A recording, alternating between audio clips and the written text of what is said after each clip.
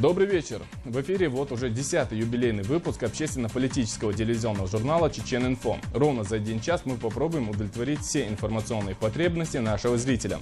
Напомню, что мы выходим регулярно по субботам 22 часа. И сегодня, вот уже 10-й раз, мы попытаемся убедить всех вас, что новости это все-таки интересно, если к ним подходить с интересом. Итак, приятного просмотра! Рамзан Кадыров занимает лидирующие позиции в рейтинге глав регионов. Союз писателей Чеченской Республики возглавил Канта Ибрагимов. В Грозном прошел концерт известной британской рок-группы. В ходе подготовки масштабной операции президенты Ингушетии и Чеченской Республики договорились о совместных действиях по уничтожению членов незаконных вооруженных формирований.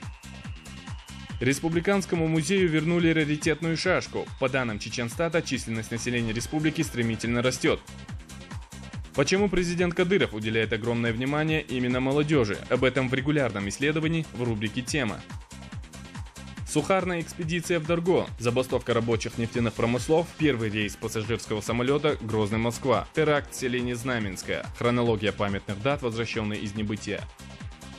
Пресловутая 5-я графа майора Даши Акаева оказалась роковой. Рубрика «Жизнь замечательных людей» с рассказом о жизни и судьбе майора Акаева. В рубрике «Экспресс-инфо», как обычно, 10 динамичных сюжетов на актуальную тему. Информационным поводом может стать любое значимое событие минувшей недели. В этой рубрике используются оперативные съемки программы «Новости» телекомпании «Грозный». И сейчас Рустам Мугаев представит обзор событий прошедшей недели. Президент Чеченской Республики Рамзан Кадыров продолжает занимать лидирующие позиции в ежемесячном рейтинге глав регионов, составленном компанией «Медиалогия». В сводном медиарейтинге по упоминаемости в центральных СМИ Рамзан Кадыров занял почетное 2-е место. На 1-м месте мэр Москвы Юрий Лужков, на 3-й позиции губернатор Санкт-Петербурга Валентина Матвиенко. Кадыров также вошел в тройку лидеров и в рейтинге информационного благоприятствования, рассчитанном по сообщениям в центральных СМИ. Здесь глава республики утвердился на 2-м месте после мэра Москвы. Неизменным осталось место Кадырова и в топе глав регионов России. По количеству сообщений в региональных СМИ глава Чеченской Республики продолжает оставаться на 4-й строчке. 1-е место президент Чеченской Республики занимает и в 2 рейтингах глав регионов Южного федерального округа, рассчитанных по количеству сообщений в региональных СМИ и по индексу информационного благоприятствования. На этой неделе в Москве прошли Дни Чеченской Республики в Госдуме Российской Федерации. Подобное мероприятие в Нижней Палате Российского парламента состоялось впервые. Депутаты и представители прессы познакомились с особым колоритом республики и ее инвестиционным потенциалом.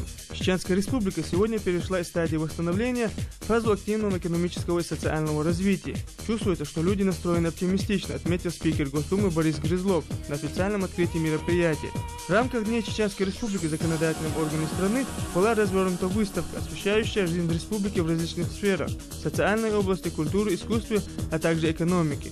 Потенциальным инвесторам было продемонстрировано более 40 предложений развития региона. В эти же дни в Госдуме прошли также круглые столы, совещания и встречи, в ходе которых обсуждались вопросы дальнейшего развития республики. 17 мая президент Рамзан Кадыров заявил, что для полного уничтожения боевиков необходимо объединить усилия правоохранительных органов Дагестана, Чеченской Республики и Ингушетии. В итоге вся прошедшая неделя прошла под знаком совместной контртеррористической спецоперации на территории Чеченской Республики и Ингушетии, направленной на уничтожение законных вооруженных формирований. В ходе подготовки к этой масштабной операции президенты Ингушетии и Чеченской Республики договорились о совместных действиях по уничтожению боевиков, в числе которых действуют иностранные граждане. Поводом для начала заявления масштабных спецопераций стал произошедший 15 мая террористический акт в здании МВД Чеченской Республики в городе Грозном, когда террорист-смертник привел в действие взрывное устройство у входа на контрольно-пропускной пункт милиции. Жертвами взрыва тогда стали 2 милиционера, еще 5 человек были ранены. Муфтий Чеченской Республики Султан Мирзаев заявил о своей полной поддержке решения президента Рамзана Кадырова прекратить практику амнистирования членов незаконных вооруженных формирований. Я воспользуюсь своим правом издать фетву, разрешение, поддерживающее действия Рамзана Кадырова, направленные на ликвидацию преступных группировок. Если мы и дальше будем церемониться с преступниками, как с малыми детьми, мы никогда не покончим с этим злом, заявил муфтий Султан Мирзаев. Рамзан Кадыров не раз предоставлял возможность боевикам сложить оружие и вернуться к мирной жизни. Предлагалась амнистия, прощались ошибки, даже разрешалось вернуться к мирной жизни, отметил муфтий в этой связи. Он также подчеркнул, что после предпринятых на днях боевиками попыток совершить в Грозном серию резонансных терактов, такая возможность больше уже не предоставится. Союз писателей Чеченской Республики возглавил известный в республике и за ее пределами писатель, лауреат Госпремии России в области литературы, доктор экономических наук, профессор, член Союза писателей Российской Федерации Чеченской Республики Канта Ибрагимов. Кандидатура нового председателя правления была избрана единогласно на съезде Союза писателей Республики.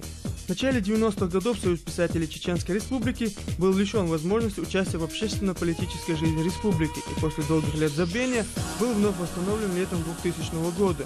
В его состав входит 70 человек, представителей творческой интеллигенции. По мнению нового председателя Союза, основная задача литераторов республики на данном этапе заключается в создании произведений, в которых будет отражена сегодняшняя история чеченского народа.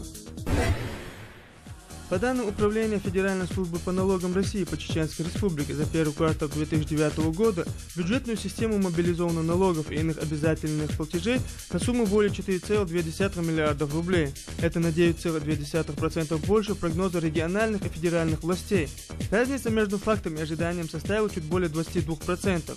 Только в апреле текущего года в региональные и местные бюджеты в виде доходов поступило 650,8 миллиона рублей. Индикативные показатели перевыполнены на 40%.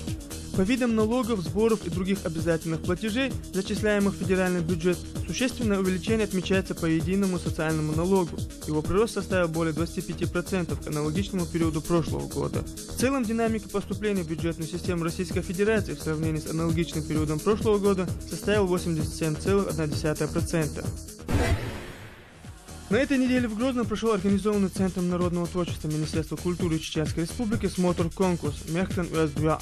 Девушка высокой нравственности». Цель конкурса – воспитание чувств национального самосознания и преемственности поколений на примерах лучших образцов традиционной народной культуры, а также популяризация и пропаганда войнавской семьи как ячейки и основы общества. В конкурсе приняли участие девушки в возрасте от 16 до 25 лет. По условиям смотра конкурса девушки должны были продемонстрировать не только качество хозяйки дома, рукодельницы, но также любовь и уважение к родине, своему народу, культуре. Кроме того, конкурсантки должны были продемонстрировать безупречный внешний вид и интеллект. По словам организаторов смотра, конкурс пройдет в 2 этапа, и по его завершении победители получат дипломы и ценные подарки. На прошлой неделе депутаты парламента Чеченской Республики, главы районных администраций и представители уполномоченного по правам человека в Чеченской Республике посетили Финляндию. В ходе поездки делегация изучила европейский опыт организации органов местного самоуправления. Также, знакомясь с работой местных муниципальных образований, чеченская делегация побывала в ряде городов и населенных пунктов. Обучающий семинар для представителей Чеченской Республики прошел в рамках программы сотрудничества России и Совета Европы по поддержанию демократических процессов Чеченской Республики. Данную программу на федеральном уровне курирует уполномоченный по правам человека Российской Федерации Владимир Лукин, а в Чеченской Республике омбудсмен Нурдин Ухажиев. Делегация, как и планировалось, посетила ряд муниципальных образований Финляндии, провела встречи с депутатами законодательного собрания страны. На сцене театрально-концертного зала Грозного в эти дни прошел концерт известной британской рок-группы Off the Wall. Группа музыкантов, которая в 2001 году объединила любовь к творчеству Pink Floyd, является как бы продолжением творчества этой легендарной группы. Зрители смогли увидеть эффектное шоу с современной акустической системой звука, видеоинсталляции на фоне хитов исполнения знаменитой группы. Новость о том, что известная рок-группа будет выступать в Грозном, удивила прежде всего тем, что объявления в СМИ и афиши появились буквально за пару дней до их приезда. Но несмотря на это, зал был переполнен. Мы наслышаны о Чеченской Республике, знаем, что совсем недавно здесь разворачивались военные действия, и поэтому приготовились наблюдать совсем другую картину, но никаких следов войны не увидели. Это восхищает и удивляет одновременно, отметил продюсер группы по окончании концерта. По данным УГИБДД МВД по Чеченской Республике за 4 месяца с начала текущего года численность автопарка республики увеличилась почти на 10 тысяч единиц. Так, на декабрь 2008 года в республике официально было зарегистрировано более 167 тысяч автомашин. На 1 мая текущего года численность автопарка составляет уже 177 тысяч единиц автотранспорта. Тем самым за первые 4 месяца количество машин в республике увеличилось на 6% общего автопарка республики. В официальном сообщении отмечается, что за 4 месяца текущего года на учет поставлено 14 тысяч единиц автотранспорта. При этом снято с регистрации более 4600 автомашин. Также с начала года проведена перерегистрация 187 единиц автотранспорта. Сообщается, что за прошлый год жители республики в общей сложности приобрели более 35 тысяч машин. Этот показатель является свидетельством улучшения материального положения наших граждан, отмечается в сообщении ГИБДД. Неделя прошла под знаком совместной контртеррористической спецоперации, направленной на уничтожение незаконных вооруженных формирований на территории Чеченской Республики и Республики Ингушетия. В ходе подготовки к этой масштабной операции президенты Ингушетии и Чеченской Республики договорились о совместных действиях. Ваххабизм объявил республике беспощадную подлую войну, и чеченский народ вынужден принять этот вызов. Об этом и не только в рубрике «Дайджест недели» размышляет Тагир Салаханов. Прошло больше недели с того момента, как взрыв на проспекте Исаева потряс весь мир. В пятницу, когда мусульмане заняты богоугодными делами, ваххабизм очередной раз обнаружил свою предательскую сущность. Последующие 7 дней были насыщены событиями с военным окрасом. Обозначился переломный момент. Президент Чеченской Республики в тот же день, 15 мая, на пятничной молитве в центральной мечети поклялся, что всех последователей террористов будут нещадно уничтожать. والله از دیلش آوی دوی بیبوش سو ماشوا دان ویست خلاص ال دان اشورس هو ماشواش آوی والله ال از دیلش آوی توی وقت بیست تن حاجل تک نقش جوور ممکن ده شيء ولا تنجل ساعت اغيتن بيش اش تبور بس تبع والله از دیلش آوی توی ده ساعت اشک بیرس ادالین بیرس واخوجین شو ده البوش بتصعبش ونقش بابتن بس كده هو شو عدانه دیل دین شریعت طریقه دیل بوسم نبو هو شو عدانه مخ دیبو شيء بيرس دعاوسين قوة الغاء مو خويت اللي بيرس دعوتي دوت اللي يقول نا غا ديز سن تايبادو سن تقمدو سن فيدو سن مسلم عرب ولا شيء قوة الله مسألة يز إيش آية عن شو وقت دي يز سي والله بالله دالله از يوب ظلم غير ما تشو إتبير يا ضال إنسان يلومش حال بسر ما ياتشن شو كلام يرمي تيجي أي أخير ما ياتش كده ضال تيجي أي أخير ما ياتشن ضال بوش كده هو يرد ضال يتشك ضال تان ما خالد إيش كده دوين تان So magic de wanna deelt het dan dat willen dan wat kan boys wel nacht eten dan maar dok zwaar en dan moest op tak weer tak erg.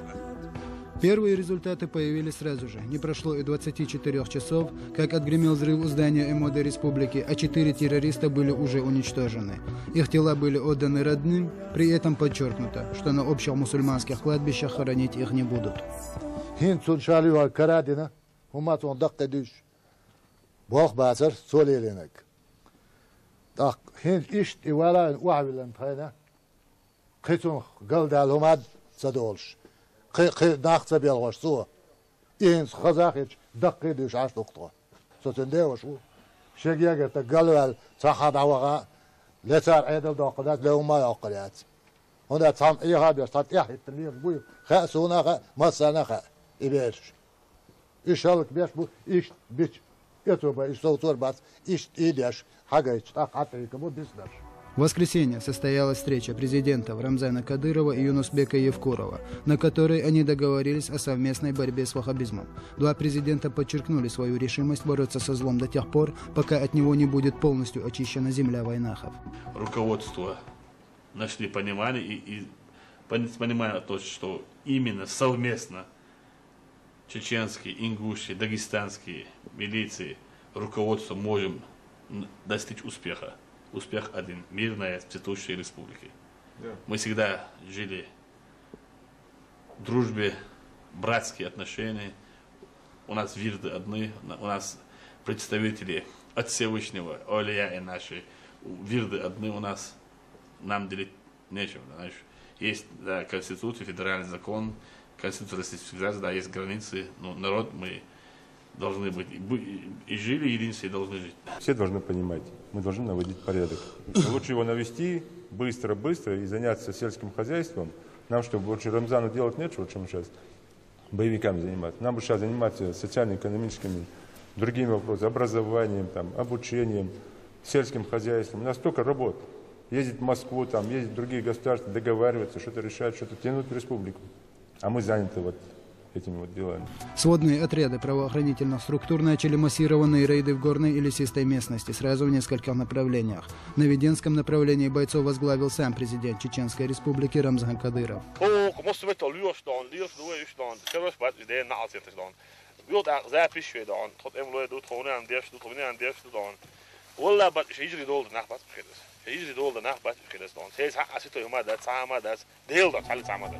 На территории Ингушетии работу совместных групп из состава правоохранительных структур двух республик возглавляет советник президента Чеченской Республики по силовым вопросам и депутат Госдумы Адам Делимханов.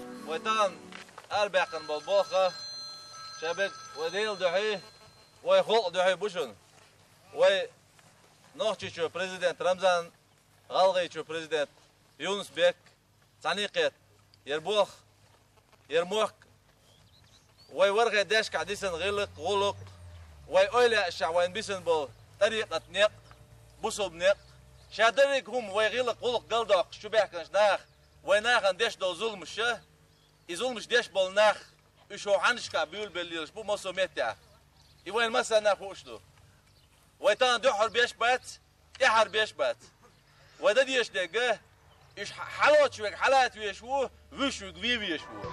Также в силу необходимости и там, где это необходимо, привлекаются и федеральные силы. Вопросы взаимодействия с федералами президент Чеченской Республики обозначил на встрече с командованием ОГВС, военной комендатуры и управления ФСБ по Чеченской Республике. Со своей стороны мы предпринимаем конкретные шаги в оказании содействия раскрытию этого данного преступления. Работала следственная оперативная группа, в которую входили наши взрывотехники. В настоящее время сейчас обработка идет собранных материалов. Более подробно мы дадим информацию в средства массовой информации. Также мы окажем содействие по линии ФСБ в установлении личности данного преступника. Я думаю, что то, что случилось в республике, оно не способно остановить тот курс, который мы сегодня все избрали, по которому идем. Ваххабизм на чеченской земле доживает свои последние дни. В Ингушетии и в нашей республике, и на других сопредельных территориях они будут подвергаться нещадному гонению. Его развенчивают ученые и богословы и проклинают простые люди. Нельзя выиграть без поддержки народа, а она не на стороне бандитов. Как говорится, за что боролись, на то и... И все сегодня молящиеся 10-12 тысяч человек проклинали его и которые за ним стоят. Вплоть до того, что родственников даже проклинали, почему не смотрят за своих родственников и детьми. Проклинали, чеченский народ проклинает их, мусульмане их проклинают. Закон им показал свое место, и мы должны действовать по закону.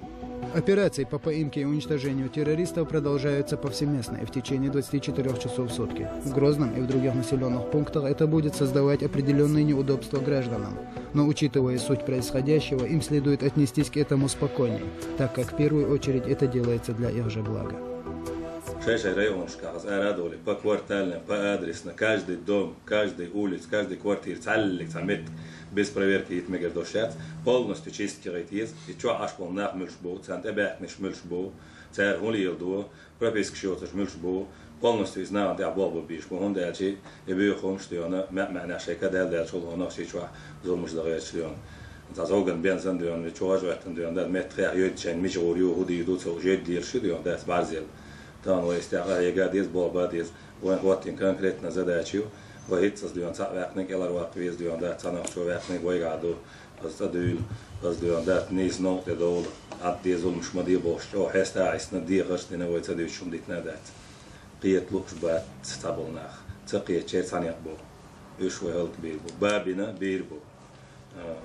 На этот час разбито несколько баз террористов в лесу, как в нашей республике, так и в Ингушетии. Счет уничтоженных бандитов перевалил за десяток, а в рядах защитников закона без потерь. Вся эта амуниция, боеприпасы, продукты питания и вооружение захвачены у террористов.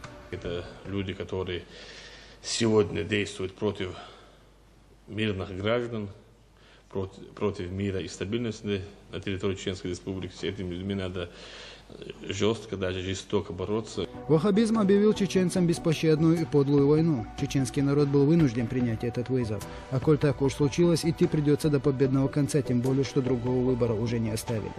И последнее. Взрыв был произведен спустя месяц после отмены статуса КТО, длившегося в республике без малого 10 лет. За последние 6 из этих 10 в Грозном не взрывались террористы-смертники. Это всего лишь последний отголосок войны и последний аргумент, обреченных на бесславный конец. Дальше Чеченская Республика будет строить свое будущее в мирной тишине, нарушаемой только детским смехом и шумом возводимых городов и сел, то есть без религиозных экстремистов, по крайней мере, живых.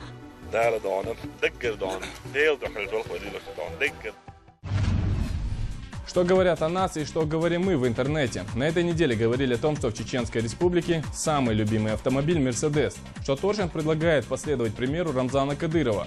Республиканскому музею вернули раритетную шашку более чем с вековой историей.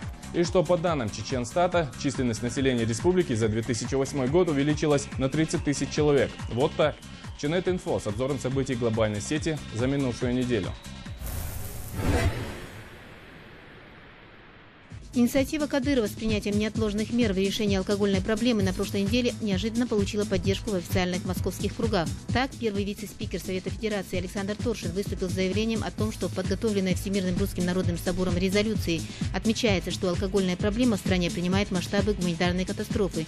По его данным, от алкоголя в России ежегодно погибает от 500 до 700 тысяч человек.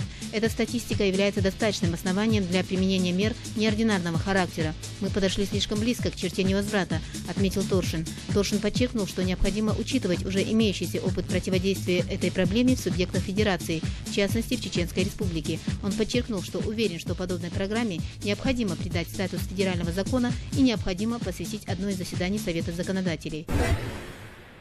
Одну из улиц Бреста назовут в честь выходца из Чеченской Республики, погибшего в Великой Отечественной войне при обороне крепости. Об этом была достигнута договоренность в ходе поездки чеченской делегации в Белоруссию на встрече министра культуры Чеченской Республики Музыкаева и председателя городского исполнительного комитета города Брест Александра Полышенкова. Широко известен факт участия более 300 наших земляков в обороне крепости, но увековечены имена только 3 из них – Занди Масаева, Магомеда Узуева и Анди Лалаева.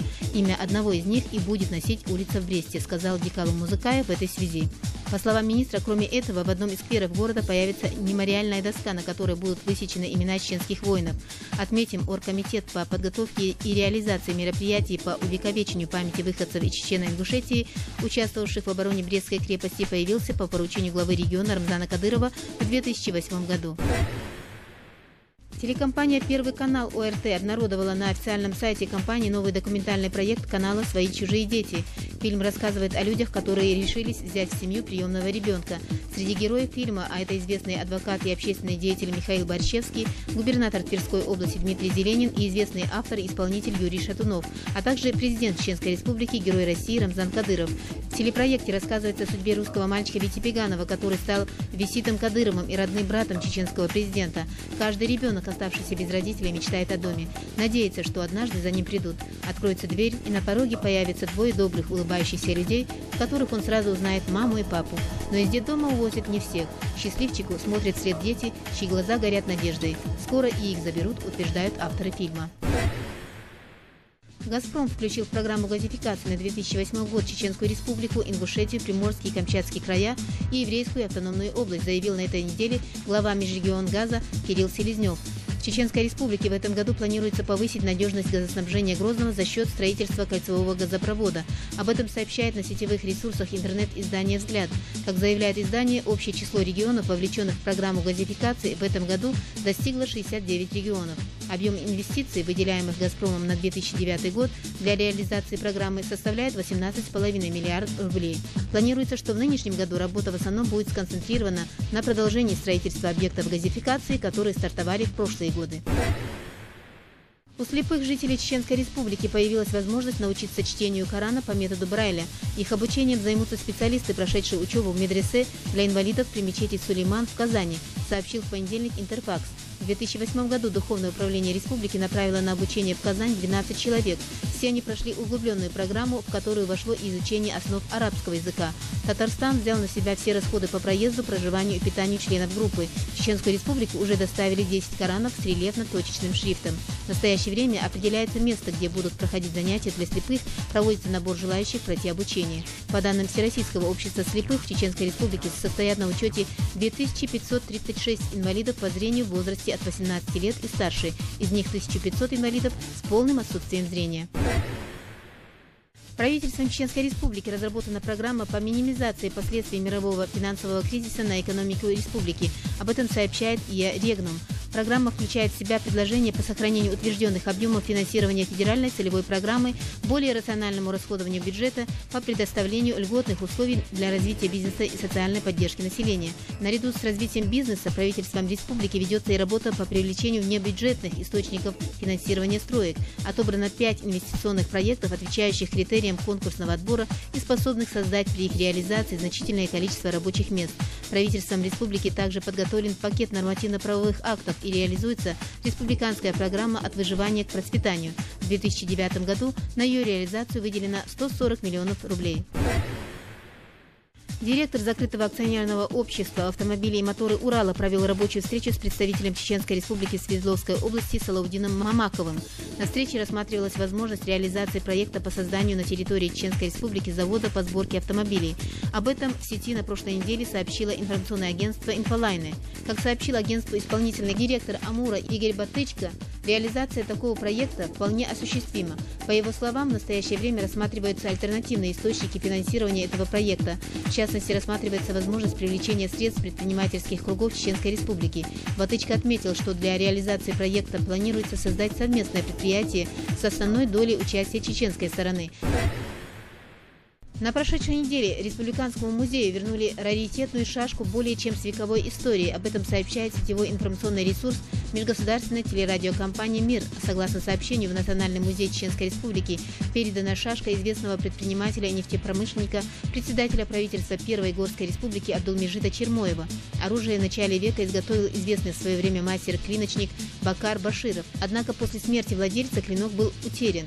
Только в 2002 году клинок был случайно обнаружен в частной коллекции. Тогда же новым владельцам раритетной шашки было принято решение передать старинную вещь и народное достояние в дар Национальному музею Чеченской Республики. Однако хранить реликвию в своих фондах музей не стал. После военных действий музей был практически разрушен, и поэтому клинок был передан музею Северной Осетии на временное хранение. По данным Чеченстата, численность населения республики за 2008 год увеличилась на 30 тысяч человек. По словам начальника отдела свода и обработки информации Чеченстата Айнди Джатаева, на 1 января текущего года в республике зарегистрировано 1 миллион 238 тысяч человек. За аналогичный период прошлого года эта численность составила 1 миллион 209 тысяч человек. Увеличение численности населения республики происходит из-за естественного прироста населения, отметил сотрудник Чеченстата. Уже в первом квартале 2009 года прирост населения по республике составил более 6 тысяч человек. На 1 апреля в республике численность населения республики составила уже более 1 миллиона 245 тысяч человек, подчеркнул Джатаев. В 2008 году в республике в общей сложности родилось около 36 тысяч человек, умерло за этот период около 6 тысяч человек. Бесспорно, что республика не просто находится на подъеме, но и переживает серьезно очищающий морально-нравственный этап. В свое время древний мыслитель Аристотель отмечал, что судьбы империи зависят от воспитания молодежи. И поэтому все-таки не случайно, что президент Кадыров уделяет огромное внимание именно молодежи. Об этом и многом другом в нашем регулярном исследовании в рубрике «Тема». В советское время было крылатым выражение «час волка». Мало кому из нынешней молодежи известно, что означает это выражение. Между тем, так обозначали 11 часов утра, когда начиналась продажа спиртного по всей территории Советского Союза. Происхождение фразеологизма забавно. Он родился в Москве и обязан своим появлением театру кукол Сергея Образцова. Это здание украшает часы с фигурками животных вместо цифр. Фигурка волка как раз и заменяет цифру 11. Ушла эпоха, ушло ограничение на продажу крепких напитков, постепенно забылось и выражение. Впрочем, не исключено, что крылатое выражение может возродиться и возродиться в Чеченской Республике, хотя и в несколько иной форме. Час волка в нашей республике начинается с 8 утра и длится до 10.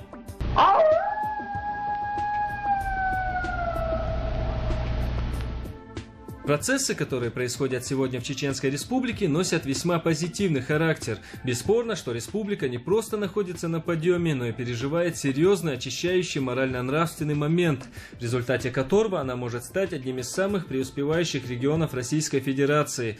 Однако будущее республики напрямую зависит от того, какой фундамент будет заложен сегодня. В свое время древний мыслитель Аристотель отмечал, что судьбы империи зависят от воспитания молодежи, и потому, наверное, все-таки не случайно, что президент Кадыров уделяет огромное внимание именно молодежи, которая ранее из-за невостребованности обществом была главным поставщиком живой силы для боевиков и наркоторговцев. И, наверное, именно поэтому борьба с алкоголизмом и наркозависимостью так же актуальна, как и борьба с незаконными вооруженными формированиями. Мы нарушителей будем наказывать в административном порядке, значит, будут на них составляться материалы, если они раньше 8 или позже 10 часов, если будут, значит, нарушать требования указа президента Чеченской Республики ежедневно и еженедельно, и ночью, значит, и днем. Значит, убедительная просьба предпринимателям, значит, и гражданам нашей республики, чтобы они не нарушали. О своей непримиримой позиции по отношению к наркомании и алкоголизму Кадыров заявил еще в июле 2006 года на посту председателя правительства республики. Уже тогда он довольно резко характеризовал сложившуюся ситуацию. Кровопийцы, которые занимаются незаконной продажей наркотиков и спиртного, губят чеченскую молодежь, лишают ее будущего. Они руководствуются только одним правилом – как бы потуже набить свой кошелек и не задумываться над тем, что таким образом уничтожают целое поколение, говорил тогда Рамзан Кадыров. Однако и сегодня борьбу за нравственное оздоровление общества Кадыров считает одной из главных задач на президентском посту. Долгое время проблема наркомании и алкоголизма оставалась для республики очень серьезной, ведь наркоман присаживает на иглу определенное количество других людей, являясь не только распространителем наркотиков, но и носителем информации о них. Впервые заговорить об этой проблеме пришлось в период начала в Чеченской Республике военных действий. Нищета среди населения, доступность наркотиков привели к появлению большого количества наркоманов. Сегодня нового притока наркозависимых нет, и ежегодное снижение по выявленным преступлениям на почве наркотиков составляет порядка 10%. Тем не менее, проблема распространения и употребления наркотиков в республике, хотя и не в такой острой форме, как в других регионах Российской Федерации, сегодня все-таки существует. На сегодняшний день в республиканском наркологическом диспансере на учете состоит всего 2000 человек с наркологической зависимостью при общем населении республики в 1 240 000 человек. Ежегодно Россия теряет около 30 000 человек исключительно по причине дорожно-транспортных происшествий, значительная доля которых ложится на тех, кто сел за руль в состоянии опьянения. Сегодня в Грозном функционирует прекрасно отреставрированный наркодиспансер с профессиональным коллективом и с хорошей технической базой. Кроме того, в каждом районе республики работает наркологический кабинет, в которых сохраняется полная анонимность пациентов. Однако в этой работе основное внимание в республике уделяется все-таки не столько лечению, сколько профилактике и предупреждению наркозависимости и алкоголизма. Думается, что опора на духовные ценности и идеи, которые сейчас активно пропагандируются в республике, как раз и дает серьезные результаты в этой сфере. Здесь, скорее, все-таки уместнее говорить не о том, что признает ли сам себя человек больным, сколько о том, что какие методы подобрать для того, чтобы оказать этому человеку помощь. Надо сказать, что алкоголизм вообще многогранная проблема, и в ее формировании принимают участие биологические, психические, социальные факторы. Но если говорить о психических факторах, то, конечно, имеет очень большое влияние, поскольку с самого начала употребления алкоголя вообще в основе систематической алкоголизации лежат какие-то психологические проблемы личности. Вопросам возрождения духовно-нравственных ценностей в республике уделяется особое внимание. В этом плане практически в каждом районе с подрастающим поколением проводится активная идеологическая работа. Это лекции, конференции, семинары и всевозможные молодежные акции. Большую роль в республике с наркотиками проводит и республиканский муфтият. Работа велась и ведется как с учетом местного менталитета, так и европейского опыта. Так, в марте 2007 года в Гудермесе открылась типография «Путь» имени Ахмада Кадырова. Типография выпускает брошюры с хадисами, компакт-диски с проповедями и выдержками из священного Корана, а также различные книги и буклеты, в которых рассказывается о вреде курения и других пагубных привычках. Местным государственным телеканалам и печатным изданиям также рекомендовано усилить работу по этой проблематике. Вообще в этой работе используется весь спектр средств профилактики и противодействия наркомании и алкоголизму. Но нет у нас ни в обычаях, ни в традициях, ни застолья, ничего, которое могло быть сопряжено с необходимостью употреблять спиртные напитки. С другой стороны, закон не запрещает употребление алкоголя. И мы, медики, в первую очередь, и педагоги, и врачи, должны разъяснять людям пагубность употребления даже малых доз спиртных напитков. А то, что касается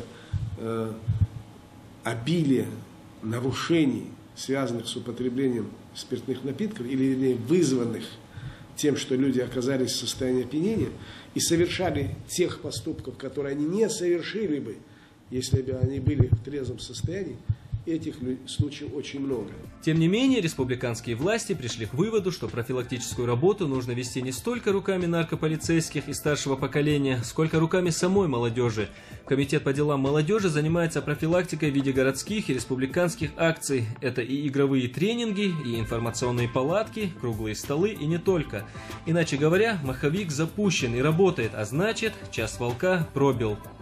Я вам скажу так, что религия здесь может иметь существенное, очень большое значение.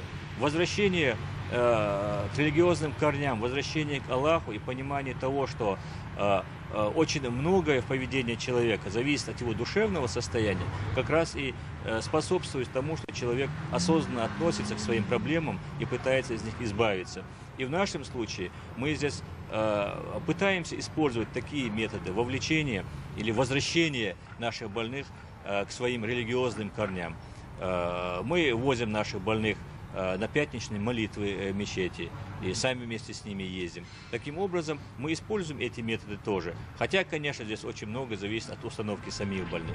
По поводу часа волка и строгих запретительных мер все-таки отметим, мы по-прежнему находимся в плену у идеалистических представлений о пропаганде, пытаясь сделать ее усредненной, работающей на все категории людей одновременно. В этой войне нужно переходить не только на профессиональный уровень. В борьбе с наркоманией и алкоголизмом приемлемы только крайне жесткие меры противодействия, потому что те, кто занимается распространением наркотиков, и те, кто их употребляет, уже прошли порог чувствительности. В борьбе с распространением наркотиков очень часто говорится о политической воле, о необходимости тех или иных мер, однако по всей стране, только в Чеченской Республике можно в этом смысле реально почувствовать, что такое политическая воля. Сегодня Чеченская Республика – единственный российский регион, в котором введены не только строгие, но и жесткие правила игры на этом поле. Вспомним все тот же час волка. Это превентивные методы чеченского руководства, а точнее Рамзана Кадырова. Говорят, что главный источник угрозы для России – это террористы. Мы сумели договориться с сепаратистами, мы вывели их из леса, они служат в наших частях, служат России. Но с наркоманом нельзя договориться, с алкоголиком нельзя договориться, с проституткой нельзя договориться. Вот беда России, заявил в интервью газете «Завтра» президент Чечни Рамзан Кадыров. Нравственность перестала быть ценностью, а ценностью стал разврат. Развратные страны и народы не выживают, приводит слова чеченского президента газета «Завтра». По мнению чеченского лидера, если ситуация не изменится, то Россия станет самой слабой страной, и если вовремя не начать борьбу с наркоманией, алкоголизмом, распутством, то мы ее просто проиграем. Но вполне возможно, что методику Чеченской Республики поддержат и другие субъекты нашей необъятной и разношерстной страны. Так, уже в конце 2007 года глава комиссии Общественной палаты Российской Федерации по вопросам толерантности и свободы совести, директор Института этнологии и антропологии Российской академии наук Валерий Тишков призвал шире использовать исламские принципы негативного отношения к спиртному. В профилактике алкоголизма и наркомании нам нужно задействовать весь потенциал исламских традиций, в частности по отторжению и резкому осуждению употребления алкоголя, заявил тогда Тишков. Его поддержка и судья-богослов из Казани Рустам Зиннуров, подхвативший эту тему глава МВД России Рашид Нургалиев, добавил черной краски. Потребление алкоголя в России на душу населения в 2 раза превышает предельный уровень, признанный критически опасным для здоровья нации. Число больных алкоголизмом сегодня составляет несколько миллионов человек. Министр предложил принять закон о принудительном лечении от алкоголизма, а донской губернатор разработать научно обоснованную концепцию государственной антиалкогольной политики. Вот буквально и на прошлой неделе инициатива Кадырова с принятием неотложных мер в решении проблемы алкоголизма и наркомании неожиданно получила поддержку в официальных московских кругах. Так, первый вице-спикер Совета Федерации Александр Торшин выступил с заявлением о том, что, по его данным, от алкоголя в России ежегодно погибает от 500 000 до 700 000 человек. Эта статистика является достаточным основанием для применения мер неординарного характера. Мы подошли слишком близко к черте невозврата, отметил Торшин и подчеркнул, что необходимо учитывать уже имеющийся опыт противодействия этой проблеме в субъектах Федерации, в частности в Чеченской Республике. Он подчеркнул, что уверен, что подобной программе необходимо придать статус федерального закона и необходимо посвятить ей одно из заседаний Совета законодателей. Лед тронулся, а значит на смену игровым автоматам, одноруких бандитов, которых вслед за Кадыровым прихлопнули и в регионах, в субъекты придет час волка, который уже, кстати, начинает приобретать отчетливые формы.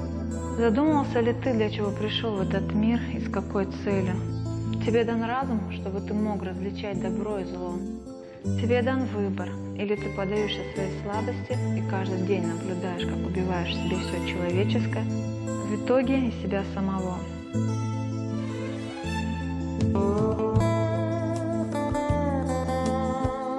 Неужели ты думаешь, что Всевышний создал тебя для того, чтобы ты приносил страдания тем, кто любит тебя, тем, кто хотел бы гордиться тобой? Если ты слышишь нас, услышь это сердцем. Мы хотим, чтобы ты знал, рядом с тобой всегда есть тот, кто поддержит тебя, не даст тебе медленно убивать себя, становясь чужим этому миру. Возможно, где-то рядом тот, кто пытается сбить тебя с пути. Сделай свой выбор, не отказывайся от этого мира.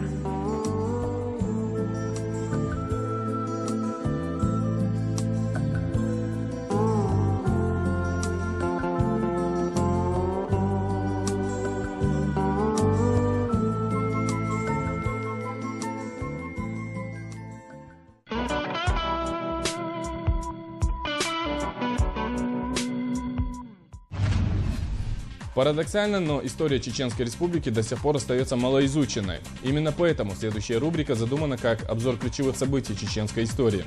Вот некоторые из них. Сухарная экспедиция в Дарго, забастовка рабочих грозненских нефтяных промыслов, первый рейс пассажирского самолета авиалинии Грозный-Москва и теракт в селе Знаменском.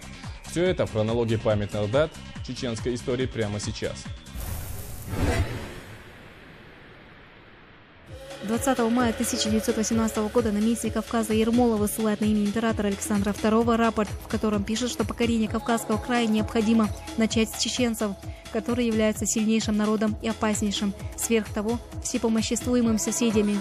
Этим же письмом он направляет императору Александру I детальный план военной кампании, в котором прежде всего предлагалось заняться чеченцами. В план Ермолова входило строительство новой оборонительной линии вдоль нижнего течения реки Сунжи, а между ней и Тереком он предлагал поселить казаков. С точки зрения кавказских историков и публицистов, Ермолов – ястреб колониальных войн и один из самых известных, влиятельных, энергичных, жестоких и коварных генералов. После ряда поражений в Кавказской войне Николай I предпринимает попытку одним решающим ударом уничтожить имама Шамиля, значительно укрепившего на тот момент свои позиции в Дагестане и Чечне. Согласно представленному плану, в конце мая 1845 года главнокомандующий отдельным Кавказским корпусом граф Воронцов во главе 30-тысячного отряда предпринимает поход на Дарго, являющегося на тот период столицей имамата. С самого начала подход сопровождали неудачи. В горах резко снизилась температура, начался снегопад. В этих условиях солдаты днем под пулями расчищали завалы, а ночью, лишенные возможности развести костры, несли караул. Вдобавок ко всему, в результате острой нехватки продовольствия в отряде начался голод. Отсюда и название похода, с которым он вошел в историю как Сухарная экспедиция. В экспедиции на Дарго императорская армия потеряла около 4000 человек. Были убиты и ранены, не считая потерь в лошадях и боевой технике. 12 мая 1859 года ряд горных обществ изъявляет покорность России. Незадолго до этого пал последний оплот имама Шамиля. Столица имамата, крепость Ведено. Накануне его падения Шамиль сделал последнюю отчаянную попытку укрепиться. Он собрал в горном Эрсиное наибов и улемов и обратился к ним с просьбой собрать последние силы против царских войск и дать бой. Однако окончательно разочарованные в имаме чеченцы, уже не видя толку в его речах, оставили Шамиля и разошлись по домам. 25 августа 1859 года около 3 часов дня имам Шамиль добровольно сдался в плен. В этот же день войска князя Борятинского заняли Гуниб. 18 мая 1905 года началась крупная забастовка рабочих Грозненской нефтяных промыслов. Забастовали рабочие нефтяных промыслов Ахвердова, Максимова и Петербургского общества. О масштабах забастовки можно судить хотя бы по тому факту, что в забастовке только от фирмы Ахвердов и компаниям приняло участие до 1500 человек. Основные требования бастующих – предоставить рабочим бесплатные квартиры, установить 8-часовой рабочий день, повысить зарплату на 25%, открыть школу для детей рабочих и организовать детям бесплатное обучение. Претензии нефтерабочих по тем временам воспринимались как ничем не обоснованные, так как нефтяникам платили едва ли не больше, чем другим пролетариям в стране. 28-31 мая забастовка была подавлена царской администрацией. 14 мая 1917 года на Первом съезде горских народов Северного Кавказа во Владикавказе была провозглашена Горская республика, Союз объединенных горцев Кавказа. Избрано ее правительство, создан Духовный совет.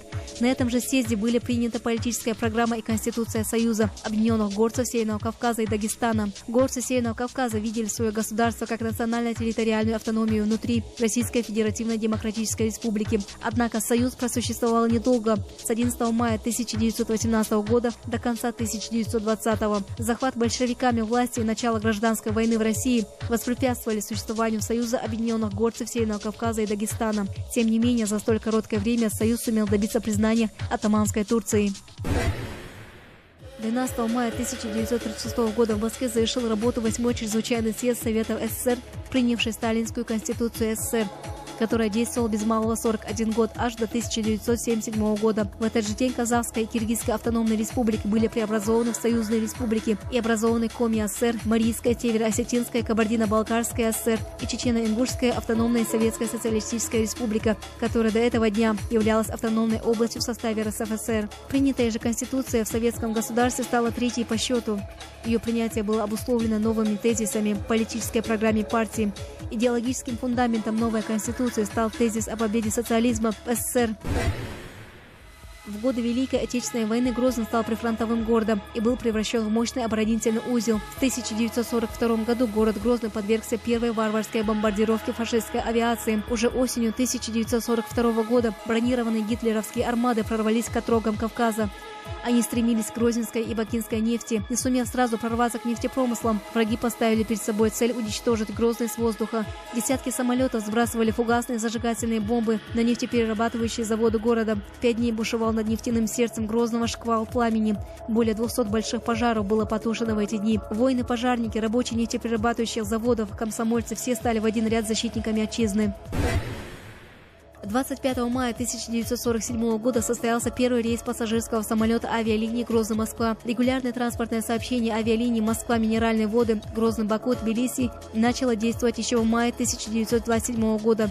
Чуть ранее Совнаркомом было принято постановление, в котором отмечалось об огромном экономическом, политическом и военном значении нового вида воздушного транспорта и признано необходимым организовать регулярную авиалинию. В целях организации пересадочной станции в Грозном было решено под этот проект выделить участок земли размером 1 квадратный километр для устройства аэродрома. Для гражданской авиации требовались особые специально спроектированные самолеты. На первых порах это были в основном одномоторные 70-местные машины, смешанной или цельнометаллической конструкции. 12 мая 2003 года в центре чеченского селения Знаменское у здания администрации Натечного района и УСБ Российской Федерации взорван начиненный взрывчаткой КАМАЗ. В этот день прогремел взрыв, мощность которого составила не менее тонны в тротиловом эквиваленте. На месте взрыва образовалась воронка диаметром и глубиной около 4 метров. В результате взрыва пострадали не только административные, но и находящиеся в радиусе полукилометра жилые здания. Под завалом погибли целые семьи. Погибло до 60 человек, более 200 ранены. 19 из погибших женщины и дети. Вскоре преступление было раскрыто и задержано 3 непосредственных исполнителей, которые были осуждены за совершенное ими чудовищное преступление. 8 героев этого незабываемого штурма пали смертью храбрых, но остались забытыми Родиной. Посмертно представленный к высокому званию Герой Советского Союза, он был вычеркнут из списка как чеченец и представитель депортированного народа. Подвиг командира штурмового авиаполка и всех, кто пал вместе с ним, предали забвению. Пресловутая 5-я графа майора Даши Акаева оказалась роковой не только для него, но и для всех, кто, не задумываясь, пошел за своим командиром в огонь. В рубрике «Жизнь замечательных людей» рассказ о судьбе майора Акаева.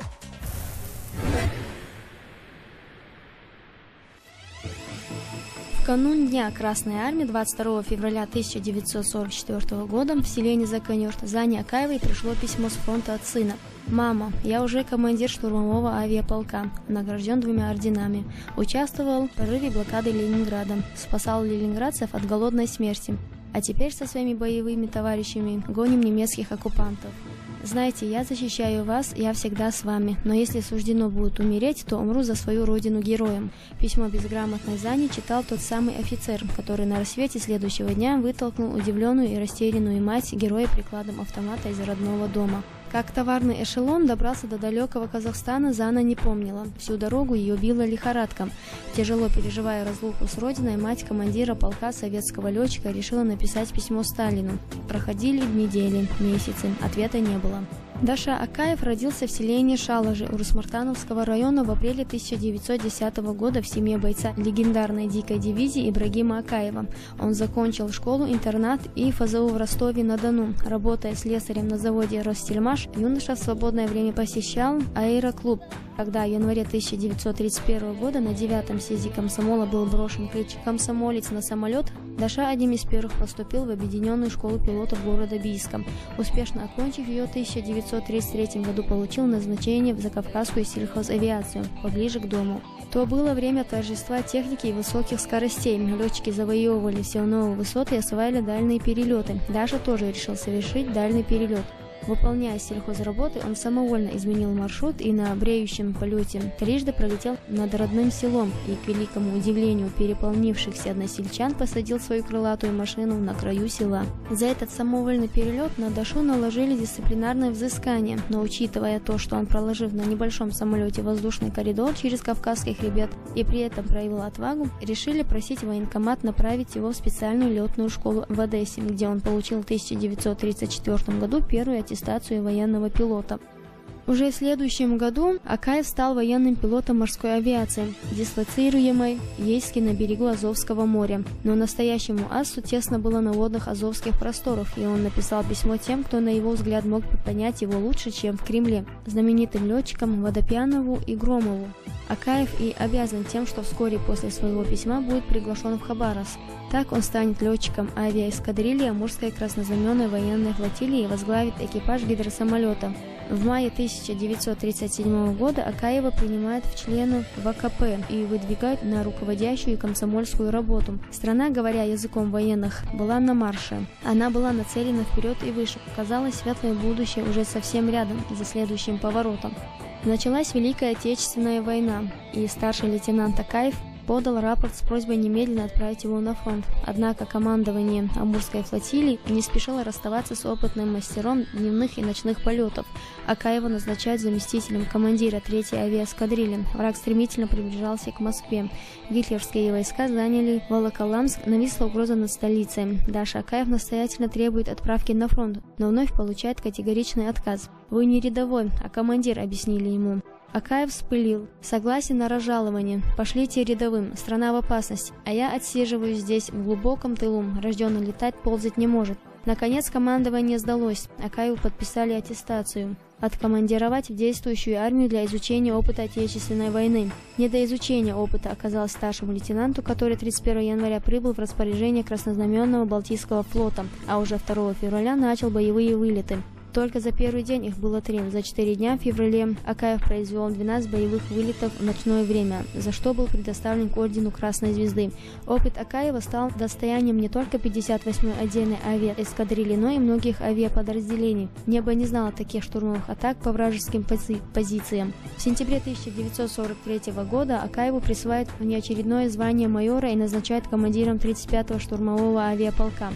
В газете «Правда» за 18 января 1944 года так и писали: штурмовики майора Акаева, несмотря на низкую облачность и плохую видимость, организованно подходили к цели и точно поражали ее. Первым в воздух поднялся майор Акаев, уничтожил 4 зенитных автомата, затем поджег танк, взорвал бронемашину, землянку с солдатами и офицерами. Командование дивизии за блестящее выполнение боевых заданий представило майора Акаева к ордену Александр Невский. «Пусть смерть боится меня, а не я ее», — решил он еще в свое время первых вылетов и следовал этому правилу неуклонно.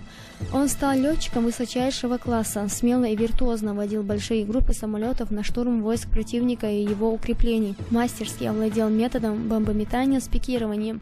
Тонны разящего груза бросал он на головы врагов. И вот наступил этот день, 25 февраля 1944 года, когда он вернулся с очередного успешно завершенного боевого вылета. Боевые друзья заметили в командире разительную перемену. Он был чем-то глубоко подавлен, помрачнел, замкнулся, смотрел вокруг себя отрешенно, безучастно. Тайна раскрылась только в начале марта, когда официально было сообщено по радио о тотальной депортации в Казахстан чеченского и ингушского народов.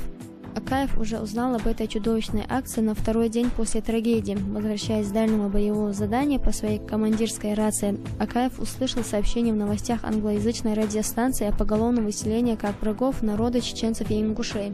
Даша не помнил, как добраться до своей землянки. Умный и рассудительный, он понимал, что бессмысленно обращаться в правительство. С тех пор, как умер отец, это был самый тяжелый удар в его жизни. Было что-то унизительное в этой несуразности, в том, что его народ выселила армия, которую он, Даша Акаев, готов отдать жизнь в любую минуту. И как теперь быть ему? Что предпринять? Находясь на передовой, я защищаю родину, а значит свой народ, свою землю. В бой, решил майор. Товарищем он вышел, как всегда, собранный, подтянутый, четко и ясно объяснил задачу и чисто по-человечески добавил: «Ребята, не впервые, конечно, летим и редко возвращаемся без потерь. Этот штурм будет тяжелым, потому говорю вам, кто сомневается, может не лететь». Ему не дали договорить, всем строем шагнули вперед. А штурман Трохачев сказал: «Командир, не надо слов, веди нас в бой». «С Богом», — ответил командир. То был жестокий и беспощадный бой, последний бой командира Акаева. Взрывы невиданной силы сотрясали землю. Казалось, в небе стало тесно. Подбитые или таранившие друг друга самолеты спихивали, как бенгальские огни, и тотчас устремлялись вниз. А там внизу все горело, полыхало, сотрясалось. Аэродрома больше не было. Сплошное бушующее пламя. Неприступный фашистский аэродром стратегического назначения был стерт с лица земли. В момент штурма загорелся и самолет командира. Он упал в районе аэродрома. В этом жестоком бою чудом остались живых только два летчика: майор Реютов и младший лейтенант Давиташвили. Да и они попали в плен, из которого были освобождены лишь в 1945 году. 8 героев этого незабываемого штурма пали смертью храбрых, но остались забытыми Родиной. Золотая звезда Героя Советского Союза не была отлита и для легендарного командира майора Акаева. Посмертно представленный к этому высокому званию, он был вычеркнут из списка как чеченец, представитель депортированного народа. Подвиг командира и всех, кто пал вместе с ним, обеспечив советской армии победоносное наступление на Берлин, предали забвению. Пятая графа Даши Акаева оказалась роковой не только для него, но и для всех, кто, не задумываясь, пошел за своим командиром в огонь. Надеюсь, все, что вы посмотрели, было интересно, и вы провели время с пользой. Смотрите программу «Чечен Инфо» каждую субботу в 22 часа. Желаю только хороших новостей.